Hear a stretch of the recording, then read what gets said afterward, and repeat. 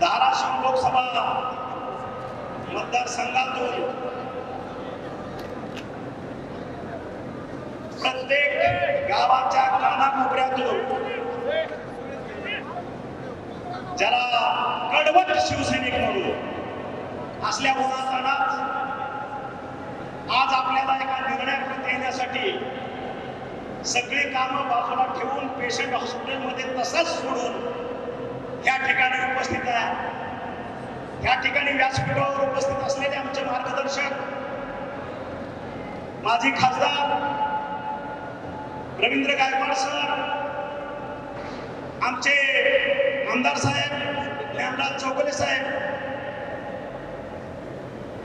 त्याच्यानंतर धाराशिव जिल्ह्यातील शिवसेनेचे तमाम पदाधिकारी, वैयक्तिक नावं घेत नाही कोणाचे, आमचे जिल्हा प्रमुख, समन्वयक, उपतालुका प्रमुख, तालुका प्रमुख, संघटक, आमची महिला आघाडी जिल्हा प्रमुख, त्यांच्या सर्व तालुका प्रमुख, त्यांच्या वेगवेगळ्या आघाड्या, आणि या सगळ्यापेक्षा आपल्या सगळ्या पदाधिकाऱ्यांना गावागावात खेड्याखेड्यात बळ देणारा, ताकद देणारा हा समोर बसलेला माझा कडवट शिवसैनिक, यांना माझा मानाचा मुजरा। खरं तर 26 जानेवारी 2024 पासून आपले जिल्हा प्रमुख आणि धनंजय सावंत यांनी आपल्या निवडणूक कार्यालयाचं उद्घाटन आपण सविधे भारतात पहिल्यांदा कार्य होईल। जर कुठं सुरू झाला असेल ह्या निवडणुकीचं 2024 लोकसभेचं, तर ते धाराशिव मध्ये सुरू झालं। त्याचा नारळ आपण फोडला आणि त्याचं एकच कारण होतं की पारंपरिक पद्धतीनं आपल्या सरांनी आता सांगितलं की अतिशय प्रतिकूल परिस्थितीमध्ये 2-2, 3-3 मंत्री, 2-2, 3-3 मुख्यमंत्री, या 2-3 जिल्ह्यातले सगळे दिग्गज पदाधिकारी, मी असं म्हणेन काँग्रेस राष्ट्रवादीचे सरदार सरांच्या विरोधात एकवटले असताना गल्लोगल्लीत शिवाजी महाराजांचा गनिमिकावा करणारा माझा शिवसैनिक त्या ठिकाणी दाटमानेनं उभा राहिला आणि ती खिंड लढवली। जय पराजय ह्याला आम्ही मानत नाही, तो होत असतो, येत असतो, जात असतो। त्यावेळ्या असल्या पराजयाने तो कुठल्या जयानं उन्माद होणाराही माझा शिवसैनिक नाही आणि पराजयानं खचणाराही माझा शिवसैनिक नाही, म्हणून हा शिवसैनिक आहे। याचं वर्णनच करता येणार नाही, याची दिशाही कुणाला कळणार नाही, आणि म्हणून हा धाराशिव जिल्हा अख्ख्या महाराष्ट्रात कडवट शिवसैनिक म्हणून ओळखला जातो। त्याचं कारण ते हा कुणापुढेही वागणार नाही, कुणापुढेही नतमस्तक होणार नाही। स्वतःच्या स्वाभिमानानं घरात आपल्या मडक्यातलं तांब्यावर पाणी पिऊन झोपेल, पण कुणापुढे झुकणार नाही, ही या शिवसैनिकाची जात आहे। म्हणून हा शिवसैनिक, आणि म्हणून यापुढं आपण ज्यावेळेस फॉर्म भरायला आलो त्यावेळेसही सर तुम्ही होता, आमचे आमदार साहेब होते, माझ्या शिवसैनिकांची खंत मी बोलून जातो। याचा अर्थ आम्ही महायुतीतनं काहीतरी वेगळा विचार मानतोय किंवा महायुतीच्या बाजूने काहीतरी वेगळ्या पद्धतीने आम्ही चाललोय असं अजिबात नाही, पण माझ्या शिवसैनिकांचं दुःख, माझ्या गल्लीमुळातला शिवसैनिक, खेड्यातला गट शिवसैनिक, माझ्या बांधावरचा शिवसैनिक, याचं दुःख काय, त्याची व्यथा काय, हे सर्व नेते मंडळीला करणं गरजेचं होतं आणि ते तुमच्या माध्यमातून मी ते काम केलं। कारण इतिहास आहे आपल्या जिल्ह्याला आणि त्याच्यामुळं ते कुठेतरी मान्य गरजेचं होतं, आणि म्हणून नेत्याला थोडी अडचणी असतात बोलण्यासाठी। आपण कार्यकर्ते आहोत, हे मंत्रीपद वगैरे वगैरे आम्ही मानणाऱ्यापैकी फारसा नाही, मला काय त्याची गरज नाही, हात आम्हाला नाही। शिवसैनिक हे जे पद आहे त्या पदासारखं दुसरं मोठं कुठलंही पद नाही, हे बाळासाहेबांची शिकवण, आणि म्हणून बाळासाहेबांच्या शिकवणीतून 80% समाजकारण आणि 20% राजकारण हे आतापर्यंत 1988 पासून आतापर्यंत सावंत कुटुंब त्याच्याशी बांधिलकी दाखवतं आणि त्या पद्धतीने काम करतं। सोलापूर जिल्ह्यात माझी एक मागे सभा झाली होती 3 महिन्यात, त्यावेळेसही मी माझी व्यथा करून दाखवली की शिवसेना बाळासाहेबांनी शिकवलेल्या शिकवणीप्रमाणे 80% समाजकारण आणि 20% राजकारण ह्याच्यापासून कुठेतरी फारकत घेते की काय ती शंका मी उपस्थित केली होती. कारण माझा तो स्वभाव आहे, तोंडावर मी स्तुती करत नाही, मला चमचेगिरी करायची सवय नाही. जे वास्तव आहे ते नेत्या पुढे मानण्याचा माझा स्वभाव आहे. आज मी पक्षाचा आहे इथपर्यंत ठीक आहे. उद्या ह्या बोलण्यानं मला जी हकालपट्टी झाली तर मी त्याची अजिबात चिंता करत नाही. कारण मी जे बोलतो, मी जे वागतो, मी जे करतो हे फक्त आणि फक्त बाळासाहेबांच्या चरणाची शपथ घेऊन टाकतो. 80% समाजकारण आणि 20% राजकारण, ह्याला सावंत कुटुंबाची बांधणी, त्याच्या बाहेर आणि म्हणून माझ्या शिवसैनिकांचा स्वाभिमान टिकला पाहिजे. सरांनी आपल्याला सांगितलं, माझा शिवसैनिक राष्ट्रवादीच्या दारात जाऊन उभा राहणार नाही. माझ्या शिवसैनिकांची स्वतंत्र यंत्रणा असली पाहिजे. सर, बाळासाहेबांची शपथ घेऊन तुम्हाला सांगतो, माझा शिवसैनिक 2 रुपयासाठी किंवा यंत्रणेसाठी कुणाच्याही दारात झुकणार नाही. हात पसरणार दुसऱ्याची गरज नाही. दुसऱ्या 3-4 मतदारसंघाची जरी जबाबदारी दिली, या शिवसैनिकांच्या आशीर्वादानं, ह्यांच्या कृपेनं त्या ठिकाणी सुद्धा आपण भगवा बघवल्याशिवाय जाणार नाही. हे सगळे नेते सगळ्या नेते मंडळीला. आणि म्हणून मला तरी असं वाटतं, एका लोकांना बाई म्हातारी होत नाही. सर, बरोबर आहे का? ह्या पंचवार्षिकला 2024ला धनुष्यबाण मशीनवरनं गायब झालं म्हणून आम्ही खचणार.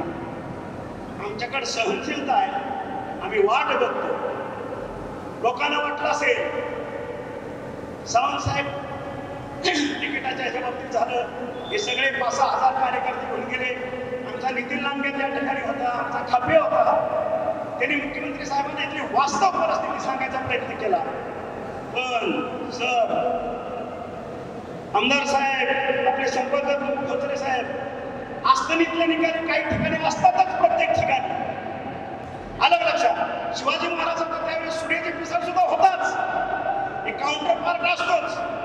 त्यांनी मुख्यमंत्र्यांसमोर वेगळी भूमिका मांडायचा प्रयत्न केला. त्याने आपल्याला काय केलं? कारण तुम्ही फक्त तिकीट देणार आहात, मतं देणारा हा माझा सर्वसामान्य शिवसैनिक. त्यांच्या जीवावरती आम्ही बोलतो, मित्राच्या जीवावरती बोलत नाही. आणि म्हणून गेलं तिकीट, जाऊ द्या, पण महायुतीतच राहिलं हे नशीब. पाय दिलं नाही कोणाला, आपण पाय दिला नाही. आणि म्हणून तमाम शिवसैनिक अण्णाने सांगितलं तसं की वाट बघत होता, काय भूमिका घ्यायची. पण सरांनी मगाशी सांगितलं, 2014 ते 2024 पर्यंत गेल्या 10 वर्षातला आपण जर बघितलं, काय पद्धतीचा विकास झाला, काय पद्धतीचं शेतकऱ्याच्या जीवनामध्ये परिवर्तन झालं. सर्व ठिकाणी रोडचं कनेक्टिव्हिटी कशा पद्धतीने झालं, एअरपोर्ट कसं झालं. 2 मिनिट थांबतो. आपल्या धाराशिव जिल्ह्याचे तुळजापूरचे आमदार माननीय राणादादा पाटील, आमचे मार्गदर्शक बसवरावचे पाटील साहेब, आमचे सहकारी सुनील बालक आणि त्यांच्याबरोबर असणारे सर्व कार्यकर्ते आता व्यासपीठावर येत आहेत. मी माझ्या तमाम धाराशिवच्या शिवसैनिकांतर्फे, माझ्या पदाधिकाऱ्यांतर्फे त्यांचं स्वागत करतो आणि त्यांना विनंती करतो की त्यांनी स्थानापन्न व्हावं.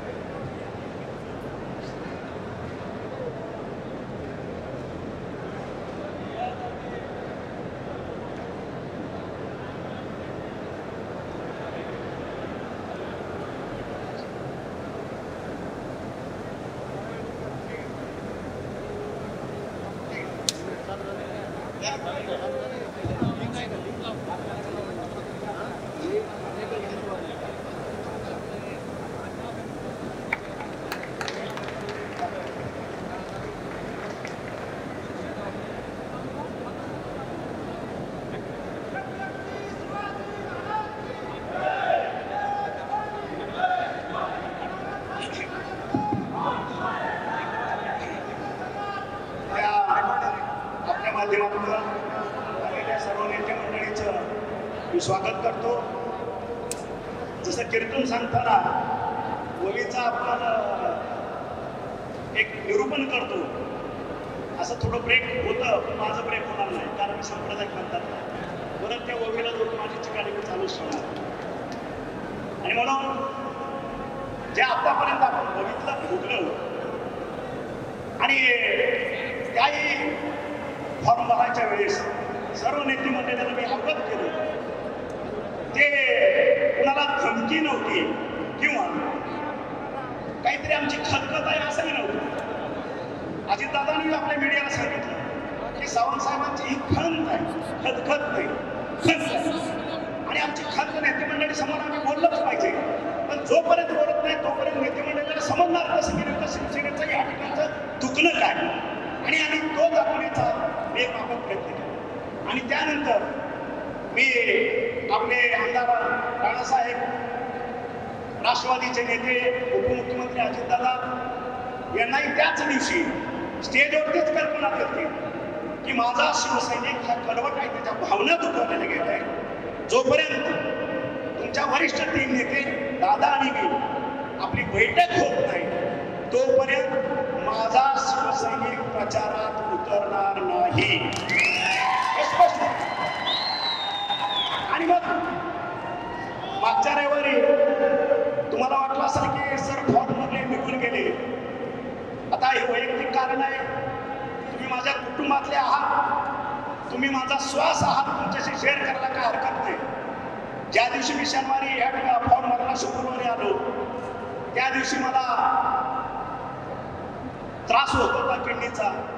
मी थांबलो. मल्हार दादांचे पुत्र माझ्याकडे आले, त्यांना सांगितले की उद्या माझं ऑपरेशन आहे. आज मी फॉर्म भरायचा म्हणून आलोय, पण उद्या मला ॲडमिट होऊन मला ऑपरेशन करावं लागेल. मी तात्काळ गेलो. दुसऱ्या दिवशी जहांगीरला ॲडमिट होऊन माझं छोटंसं ऑपरेशन मी त्या ठिकाणी केलं. पुन्हा वरिष्ठ नेत्यांचे फोन आले की आपल्याला रविवारी भेटावं लागेल, निर्णय घ्यावा लागेल. आणि तशाही परिस्थितीमध्ये संध्याकाळी 8 वाजता मी आपल्या पुण्यावरून नागपूरला निघालो. दादाला जॉईन केलं संभाजीनगरला. तिथून आम्ही नागपूरला 11 वाजता पोहोचलो. अजितदादा, मी आणि आपले राणा पाटील साहेब यांची त्या ठिकाणी तास मिटिंग झाली. त्यानंतर उपमुख्यमंत्री देवेंद्रजी फडणवीस साहेब हे वर्ध्याला होते. आम्ही रात्री 2-2:30 वाजता वर्ध्याला पोहोचलो. त्या ठिकाणी 3:30-4 पर्यंत राणादादा, मी आणि उपमुख्यमंत्री साहेब देवेंद्र फडणवीस यांची मिटिंग झाली.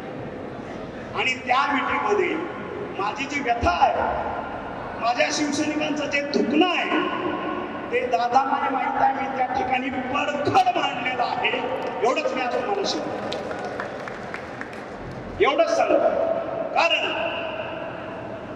माझ्या शिवसैनिकांचं जे दुखणं आहे, मला पहिलं त्या तिकिटाच्या वेळेस तोही किस्सा तुम्हाला सांगणं गरजेचं आहे की दादाने ऑफर केलं की धनंजयला आपण राष्ट्रवादीचं तिकीट देऊ, तुम्ही त्यांना पटकन घेऊन आपण लगेच प्रवेश करू आणि ते देऊ. म्हणलं दादा, मी जर विधान परिषदेवरनं कुठून तरी आलो असतो किंवा मला डेप्युट केलं असतं, त्यावेळेस मी माझा एकट्याचा निर्णय मी स्वतः घेतला असता. ठीक आहे, घेतला, चला निघालो. पण आज अख्खा धाराशिव जिल्ह्यातले 20 लाख माझा शिवसैनिक माझ्यावर मुलाप्रमाणे प्रेम करतो. मी एकटा ह्या निर्णयाला घेऊ शकत नाही. माझ्या शिवसैनिकांना विचारल्याशिवाय मी तो निर्णय घेऊ शकत नाही. मला तुम्ही 4 दिवस वेळ द्या. मी माझ्या सगळे जिल्हा प्रमुख, माझे पदाधिकारी, माझे शिवसैनिक यांना मी विचारतो, त्यांचा निर्णय हा अंतिम निर्णय असेल, हे स्पष्ट सांगितलं. आणि ते सांगितल्यानंतर दादा म्हणले माझ्याकडे वेळ नाही, मला हे. मी म्हणलं दादा, तुम्हाला घाई असेल, मला आपलं तिकीट नको आहे, तुम्हाला ज्याला द्यायचं आहे त्याला देऊन टाका. कारण मी माझ्या फॅमिलीला, माझं कुटुंब, माझे शिवसैनिक यांना विचारल्याशिवाय मी एक पाऊलही पुढे टाकू शकतो. आणि ते झाल्यानंतर दादाने सांगितलं की ठीक आहे, आपण काहीतरी मार्ग काढून. त्यांनी आपल्या अर्चनाताई पाटील यांना ते तिकीट घोषित केलं. आणि मेन व्हाईल आपले सगळे पदाधिकारी आज जे बसलेले आहेत यांच्या साक्षीनं सांगतो, यांनी मला स्पष्ट सांगितलं, साहेब, आपल्याला घड्याळाच्या तिकिटावरती वैयक्तिक आपल्या घरातला माणूस नको आहे. आणि त्यांचा तो आदेश, माझ्या शिवसैनिकाचा आदेश मी तो पाळला आणि दादांना विनम्रपणे सांगितलं, दादा आपण तिकीट कोणालाही द्या, त्या ठिकाणी माझी अख्खी कडवट शिवसैनिकांची टीम घेऊन आपण हा विजय साजरा करू, तिथं कुठेही अडचण येऊ नये. आणि त्याच्यानंतर दादानी अर्चताईंना बोलून घेतलं, त्यांचा पक्षप्रवेश झाला. त्यावेळेस आपले आमदार साहेब आपल्या पक्षाच्या वतीनं ज्ञानराज चौगले साहेब त्या ठिकाणी होते, ते झालं. आणि त्याच्यानंतर आज हा प्रवास आपला सुरू झाला. आणि ह्या मधल्या कालखंडात जोपर्यंत आपला मेळावा होत नाही, आपली प्रचाराची दिशा ठरत, तोपर्यंत काळूबळूनी वेगळा प्रचार सुरू केला. काय सुरू केला? आता साहेब नाराज झाले, आता त्यांच्या बरोबर आहे, आता तुम्ही बघा आम्ही काय करतो. अरे बाबा, आता परत मला बोलायला भाग पाडताय तुम्ही सगळे. असलं खोटं करू, खोटं नाटक करू. पहिलं रवी सरांचं तिकीट कट झालं की तुमच्या डोळ्यात पाणी आणल्यानं, तुमच्या हराड्यानं. ठीक आहे, त्याला कारणीभूत 60% मी असं, 40% उद्धव ठाकरे होते, ही वस्तुस्थिती आहे, बरोबर आहे. कालच्या वेळेस सुद्धा तुम्ही भाऊंना विचारा, मुख्यमंत्री साहेबांना, सेनेला तिकीट द्यायचं असेल, सावंताच्या घरात असेल, मान्य आहे, कुणालाही द्या, धनुष्यबाणाला द्या, सरांना द्या, कुणालाही द्या, साधा शिवसैनिक द्या, निवडून आणण्याची जबाबदारी तानाची सांगितली, कुणालाही झाला. तोही विषय मागा बघा. आणि मग त्या काळूवळूला, राक्षसी वृत्तीला, ज्याला फक्त नरकाश्रू ढाळण्याचीच सवय, आलं का लक्षात? मग त्यांनी काळीवास सुरूपणा केला. ह्या शाखा प्रमुखाला फोन कर, त्या तालुका प्रमुखाला फोन कर आणि सांगायचं की नाही साहेब आमच्या बाजूलाच आहे, साहेब आता बघा आपण सगळे तुम्हाला आदेश येईल, आपल्या बाजूनच काम करायचं आहे. आणि म्हणून आज माझ्या तमाम शिवसैनिकांच्या माध्यमातून मी विचारू शकतो, हे माझ्यापेक्षा मार्गदर्शक सिनियर मंडळी आज व्यासपीठावर आहे. आमदाराचं काम काय, खासदाराचं काम काय, ग्रामपंचायतीच्या सरपंचाचं काम काय, तालुका पंचायतचा सभापती त्याचं काम काय, जिल्हा परिषदचा अध्यक्ष, उपाध्यक्ष, सभापती यांचं काम काय, हे घटनेत तरतूद केलेलं आहे. कोणी काय करायचं त्या ठिकाणी खासदार देशाच्या मुख्य खासदारातून तो प्रवेश करतो. संपूर्ण देशाच्या प्रश्नावरती बोलायचा त्याला अधिकार प्राप्त होतो. मला वाटतं केंद्रामध्ये सगळ्यात छोटी योजना बघितलं तर 100 कोटीच्या खाली कुठलीही नसते. 100 कोटी त्याला वरचा लिमिटच नाही. 5,000 कोटी, 10,000 कोटी, 50,000 कोटी, 1 लाख कोटी त्याला लिमिट नाही. हे आमदाराची कामं ठरलेले आहेत. आपल्या मतदारसंघापुरतं, राज्याच्या हितापुरतं तो बोलू शकतो, काम करू शकतो. असं नाही की तो माझ्या ह्या मतदारसंघात नाही म्हणून विधानसभेत तो ह्याच मतदारसंघावरती प्रश्न विचारू शकतो. राज्याच्या कुठल्याही कानाकोपऱ्यात, चांद्यापासून बांधापर्यंत काय झालं तर त्या आमदाराला आपला आवाज सभागृहात उठवण्याचा अधिकार आहे, त्याला कोणीही रोखू शकत नाही. ही वस्तुस्थिती.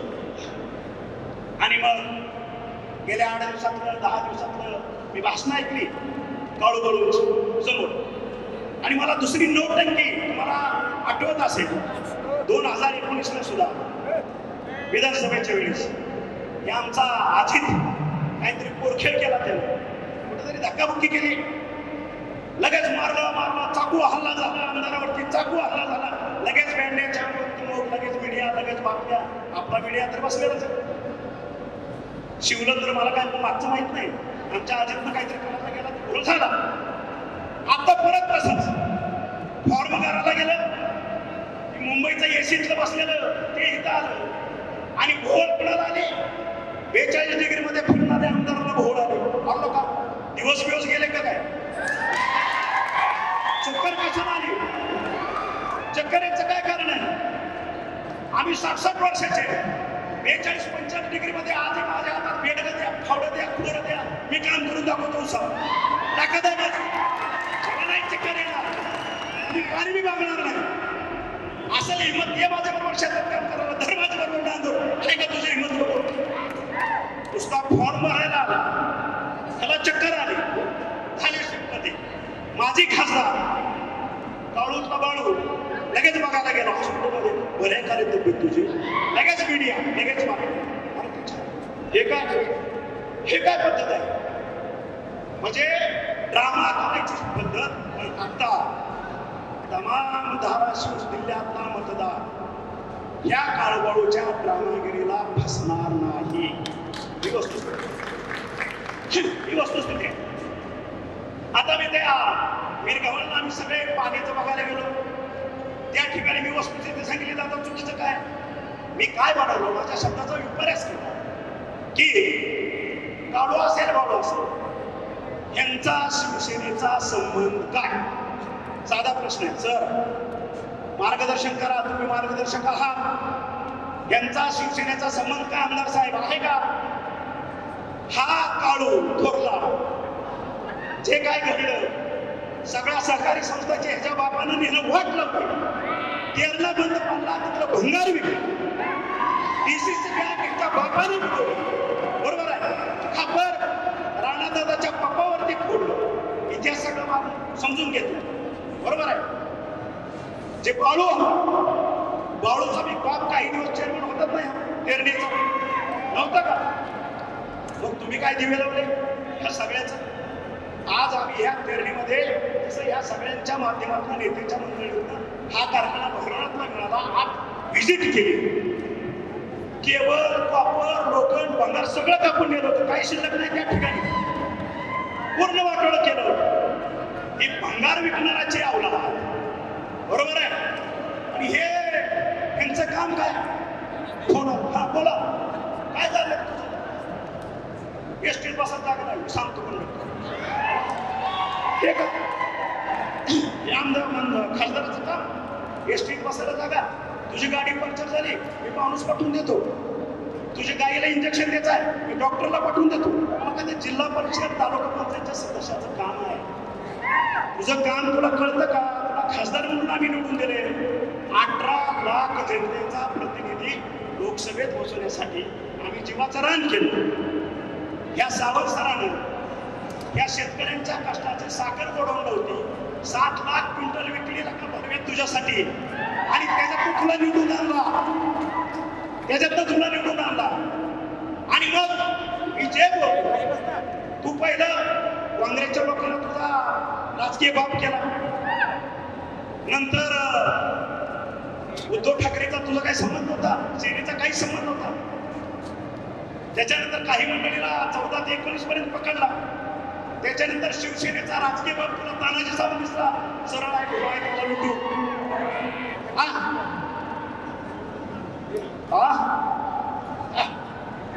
आता सरांचा मार्गदर्शकांचे ते म्हणतात शिवसेनेत त्या काळून मला असं तो म्हणतो, काळू म्हणतो. कदाचित त्याला हिस्ट्री माहित नाही. सरांना माहित नाही, आमच्या ज्ञानराजला माहित नाही. सावंत फॅमिली बाळासाहेब ठाकरेंच्या आशीर्वादाने 1988 पासून बाळकडून माझ्या घरात आहे. 1988चा शिवसैनिक आहे तानाजी सावंत. 1988 सोलापूर जिल्हा असेल, पुणे जिल्ह्यातली शिवसेना ह्या तानाजी सावंत सांभाळली. त्या काळूला सांगा तू कालचा परवाचा आहे, तुझा शिवसेनेचा काही जमत नाही. वस्तुस्थिती आहे. आलं का लक्षात? तू काय सांगतो शिवसेनेत तुम्हाला आणलं? आणि सगळ्या जिल्ह्याची वाट लागल्यानंतर राजकीय बाप 2019ला मला केलं. मी भारावून गेलो. राजकीय बाप झालो कोणाचा तरी म्हणून. सर झालं, आणलं.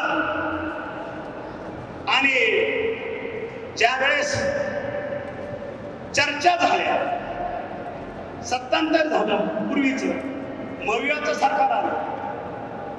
ह्या काळूबाळूने या धाराशिव जिल्ह्यामध्ये त्या नगरच्या माकडाच्या हातात हात घालून उच्छेद मांडला करप्शनचा. हे सगळ्याला माहिती आहे.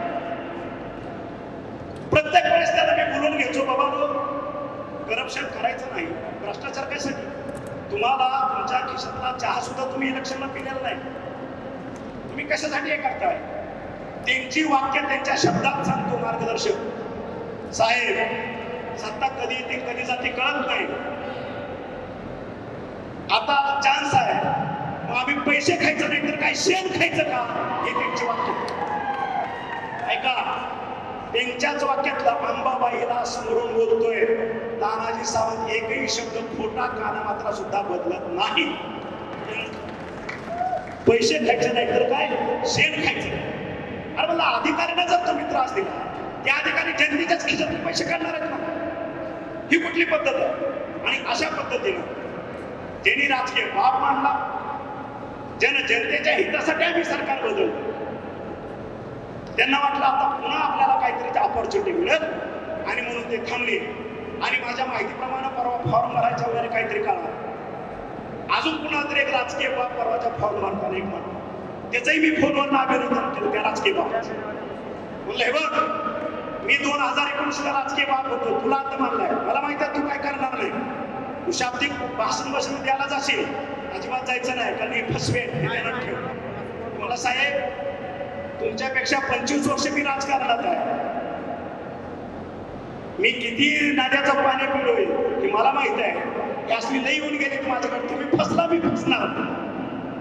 आणि म्हणून तुम्ही बघितलं असेल महाराष्ट्राचा दांता राजा काल परवा आपल्या धाराशिव मध्ये काहीतरी येऊन गेले आणि त्यांचा अमरावतीच्या सभेत त्यांनी स्वतःचा मोबाईल लावून एक क्लिप ऐकवली 2014ची मोदी साहेबांची. खर तर अतिशय मोठे नेते आहेत, त्यांना विनम्र अभिवादन करून मी माझं मत व्यक्त करतो. लोकशाहीच्या माध्यमातून आपलं मत व्यक्त करायचा प्रत्येकाला अधिकार आहे अधिकार. आणि त्या माध्यमातून 2014च्या अगोदर भारताचा विकास बघा आणि 2014 नंतर आज 2024 10 वर्षाचा भारताचा विकास बघा. मित्र म्हणेन हा विकास मुंबई, दिल्ली किंवा उत्तर प्रदेश, लखनौ पर्यंत मर्यादित राहिलेला नाही. आज आपल्या भागात गेलेले हायवे बघतोय, सुरत चेन्नई बघतोय, झालेला बीडचा बीड पुढं संभाजीनगर पर्यंत झालेला हायवे बघतोय, सोलापूरचे हायवे बघतोय, वेगवेगळ्या पद्धतीचे जनरेशन स्टेशन्स बघतोय, शेतकऱ्यांना केलेली मदत आपण बघतोय. शेतकऱ्यांच्या खात्यावरती 6,000 रुपये महिना जात आहेत, गोरगरिबांना डायरेक्ट त्याच्या खात्यामध्ये पैसे जात आहेत. आणि हे सगळं असताना ज्याला माझा मतदार शून्य आहे, मोबाईलवरती आहे, सोशल मीडियावरती आहे, आज जगामध्ये भारताची 2014च्या अगोदर पद काय होती आणि 2014 नंतर आजपर्यंत भारताचा नंबर जगामध्ये कितवा गेला हे प्रत्येकानं बघावं, कोणाच्या सांगण्यावरनं बघू नये, या मताचं. आणि म्हणून जाणता राजाने जे क्लिप दाखवली, महागाई आम्ही कमी करू, महागाई कमी करू, आणि मोदीने कुठं महागाई कमी केली, महागाई वाढली. सर्वसामान्य जनताला काही पोरं सोडली, पण ज्या काय माझ्या माता भगिनी आणि जे काय शेतात काम करणारे माझे शेतकरी म्हणतोय त्यांना माहीत नसतं. आज श्रीलंकेमध्ये पेट्रोलचा दर काय, भाजीचा दर काय, पाण्याच्या बाटलीचा दर काय हे माहीत करून घ्या म्हणा आमच्या जाणता राजाला. आज आमच्या शेजारी पाकिस्तान आहे, या ठिकाणी ह्या सर्व जीवनावश्यक वस्तूंचे बाजारभाव काय बघून घ्या. बांगलादेशामध्ये काय भाव आहे बघून घ्या, तिबेटमध्ये काय भाव बघून घ्या, चायनामध्ये काय भाव आहे बघून घ्या, माझ्या नेपाळमध्ये काय भाव बघून घ्या. म्हणजे ज्या वेळेस आपण ग्लोबली बोलायला जातो, ज्या गोष्टी जाणत्या राजाने सांगितल्या की हवामान इतकी झाली, इतकं झालं, ते त्यावेळेस काय बोलले होते 10 वर्षापूर्वी, हे कुठं खरं झालं, त्याने आपला शब्द फिरवला, ते शक्य झालं नाही. अहो ज्या पाकिस्तानामध्ये पेट्रोलचा भाव 400 रुपये आहे, 400 रुपये लिटर, पाण्याची बाटली आपली 1 लिटरची 200 रुपयाला मिळते, अंडा आपल्याला 150 रुपयाला त्या ठिकाणी एक अंडा मिळतं. त्या पद्धतीची महागाई माझ्या भारतात आहे. अमेरिकेतलं उदाहरण घ्या, जर्मनीमधलं उदाहरण घ्या, हे तुम्हाला कळतं सगळं. पण कुठेतरी मतांतर लोकांना बोलवण्यासाठी वेगवेगळ्या पद्धतीचा गोष्टीचा अवलंब करायचा, लोकांची मती प्रविष्ट करायची आणि वेळ मारून द्यायची. पण हा माझा सर्वसामान्य मतदार, भारत देशातला आपला मतदार बोलणार नाही, तुमच्या चकव्याला फसणार नाही, याची गॅरंटी आज मी शिवसेनेतर्फे आमच्या नरेंद्रभाई मोदींना देतो. कारण जनतेला माहित आहे काय काम झालं. आज कधी न भूतो न भविष्य 10 वर्षामध्ये भारताची अर्थव्यवस्था पहिल्या 5 मध्ये आली विश्वामध्ये. हे कुणाचं काम आहे? हे तुमच्या काळात का झालं नाही? तुम्ही तरी 34-35 वर्ष सत्तेत होता, हे तुम्हाला जमलं नाही. ते करून दाखवलं ना. आणि आज जो उर्वरित विकास आहे तो जर पूर्ण करायचा असेल तर आपल्याला नरेंद्र भाई मोदींना परत त्या ठिकाणी तिसऱ्यांदा पंतप्रधान झालेलं पाहायचं आहे. हे माझ्या सर्वसामान्यांचं स्वप्न आहे. एवढंच मी आज निश्चित. आणि म्हणून आपकी बार 400 पार. आणि परत एकदा कळकळीची विनंती करायची आहे माझ्या सर्व तमाम शिवसैनिकांना, त्या ठिकाणी 400 जर करायचे असतील तर माझ्या धाराशिवचा एक लोकप्रतिनिधी त्या ठिकाणी असणं गरजेचं आहे. कारण सत्ता ही एनडीएचीच येणार आहे. नरेंद्र भाई मोदी हेच पंतप्रधान होणार आहे. आणि जर आपला खासदार विरोधाचा असेल तर पुन्हा हा आकांक्षित जिल्हा असाच राहणार. याच्यामध्ये मोठमोठे प्रोजेक्ट कुठलेही येणार नाही. ही वस्तुस्थिती. त्याच्यामुळं सर्वसामान्यांना कळतं सत्ता कुणाची येणार आणि मग मी माझं मतदान उभाय का घालू. आणि म्हणून माननीय नरेंद्र मोदी भाई यांचं स्थान बळकट करण्यासाठी आपल्यावरती जी जबाबदारी दिली आहे धाराशिवची, तो उमेदवार आपल्या ताई सौ अर्चनाताई पाटील यांचं चिन्ह घड्याळ आहे. आणि मी माझ्या तमाम शिवसैनिकांना कळकळीची आणि नम्र विनंती करतो, नम्र आव्हान करतो, आपण जीवाचं रान करून प्रत्येक गावागावात प्रत्येक शाखे त्या ठिकाणी आपला मतदार जागृत करा. सगळं मतदान गोळा करा आणि येणाऱ्या 7 तारखेला घड्याळाच्या चिन्हापुढचं बटन दाबून आपण या ठिकाणी आपला उमेदवार कमीत कमी 2 लाख मतांना विजयी झाला पाहिजे. हा शब्द आपण देशाचा या विश्वाचा नेता नरेंद्र भाई मोदी यांना आपण देऊ. आणि जे माझे मार्गदर्शक आमचे प्राध्यापक रवींद्र गायकवाड यांनी सांगितलं, माझ्या तमाम शिवसैनिकांना कुठलीही यंत्रणा कुठलंही काय कोणाला कोणापुढेही मान चुकावी लागणार नाही. यासाठी तानाजी सावंत सक्षम आहे. त्यांनी आपले सगळे जिल्हा प्रमुख, आमच्या महिला आघाडीच्या प्रमुख, आपले तालुका प्रमुख, आपले समन्वयक यांच्या आजपासूनच मीटिंग होते. सगळी यंत्रणा कामाला 24 तासाच्या आत लागली पाहिजे आणि गल्लीबोळाचा आपला प्रचार सुरू झाला पाहिजे. हे दृश्य मला 24 तासात दिसलं पाहिजे. एवढंच नम्र आवाहन करतो आणि आजच्या पुरतो हे 2 शब्द संपवतो. जय हिंद, जय महाराष्ट्र.